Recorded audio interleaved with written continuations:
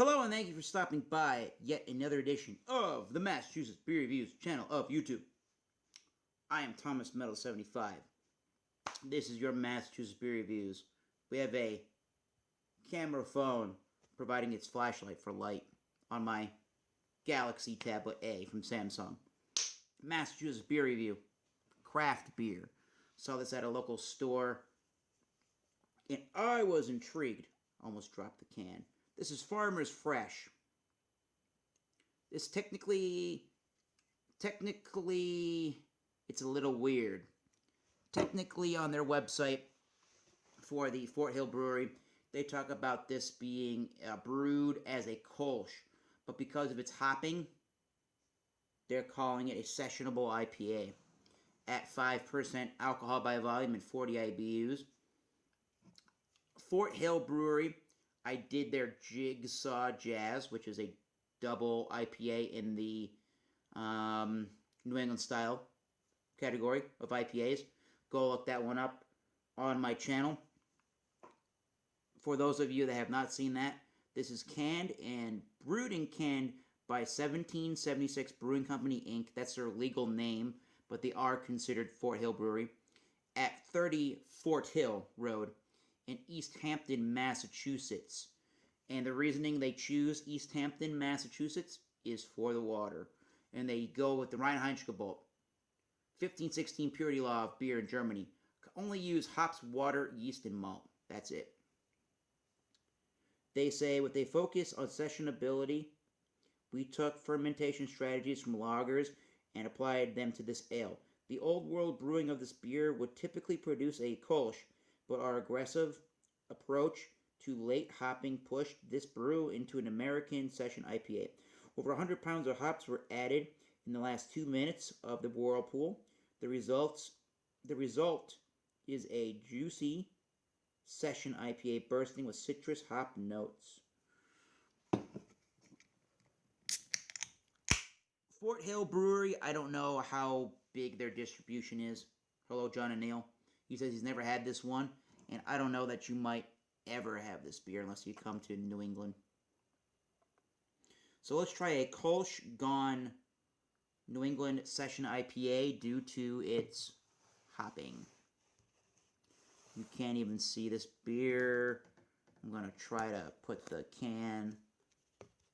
Well, there's a little bit of a hop leaf. Oh, yeah, there you go. So, yeah.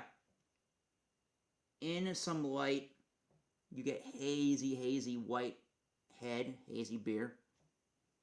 Much more orange, much more copper outside of the light.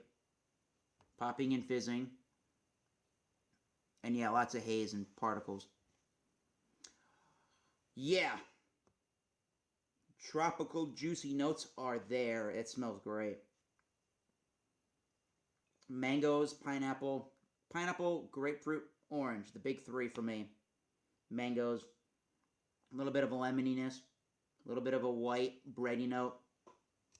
There is a small amount of a dank, green, earthy note to it.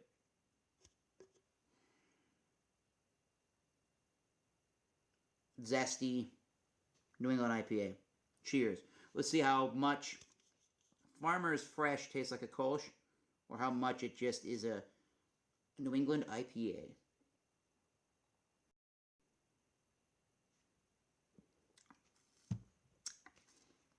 This was $7.49 for a whole 6-pack of these cans.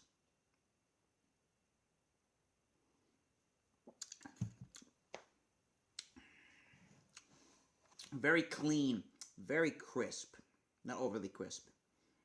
And certainly refreshing as all hell. This would be better in the summer months, but it's still great now.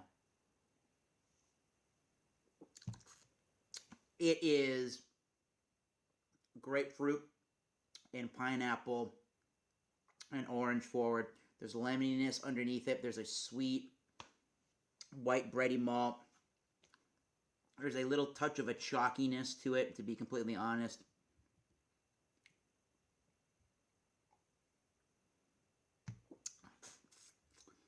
There's a spicy hop component.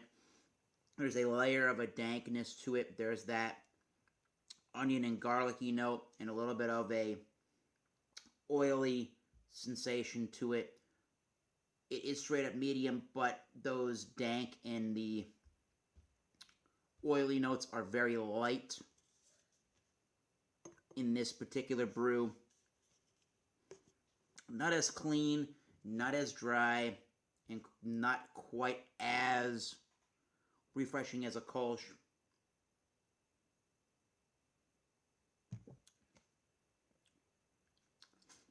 Not a sharp bitterness, but I don't think if you like, excuse me, lots of carbonation. I don't think if you like IPAs, well, I think you're borderline on the fence. Even if you don't like IPAs, you might like this. Even if you do like IPAs like I do, you're going to like this one a lot. Yeah, I'm thinking, I forget what I rated the Jigsaw Jazz, which was a double IPA. But this is probably better than that, but this is true throughout a New England style IPA, I would call it. Light, crisp, refreshing, with all those notes you want, but just with a smaller body and a smaller amount of the dank, hoppy, resinous, oily components to it.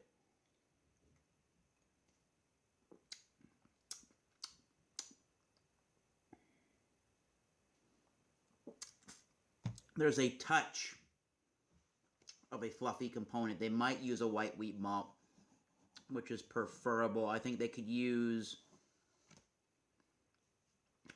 I don't know, less carbonation, more white wheat malt. Maybe it would get in that A category. I'm going to give it my standard high B+. This is a highly recommended beer. We got John O'Neill. Thank you for watching live, John O'Neill. He says, session IPAs are my favorite IPAs. I'm a big fan of super hoppy IPAs. I find that once you get above 60 IBUs, you lose any other character that the beer might try to exude. I love a good Kolsch, but I don't typically associate IPAs with a Kolsch-style brew, and nor do I, which is why they added so many more hops to create the IPA. Tyler Mansell, as always, hello, sir. He says, I read a study that IPAs lead to less liver fat than domestic beers and hard liquor, something in hops that help you keep a more healthy liver. The study was in Germany. Well, Germans might be biased, and I love hops. B+.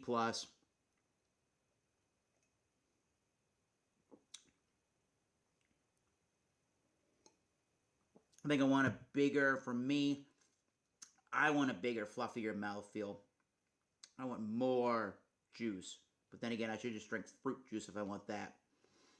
I want a sharper bitterness. But all day IPA from Founders, you cannot beat for a session IPA.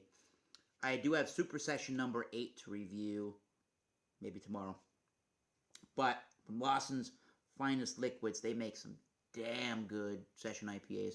Two Roads, good session IPA. Little Haven, heaven. Yeah, I'm going to give this an 88. There's nothing wrong with this. This is definitely an IPA, pale ale, and not a Kolsch. So I'm just going to leave it at that. Sweet bready malts, pineapple, orange, and grapefruit. Touch of a dank, touch of a resin, touch of a pine. Little bit spicy. That sounds good. Locate this next time you're in New England. And until next time, this has been the Farmer's Fresh Session IPA and or Kolsch. Till next time, cheers, and we'll see you soon.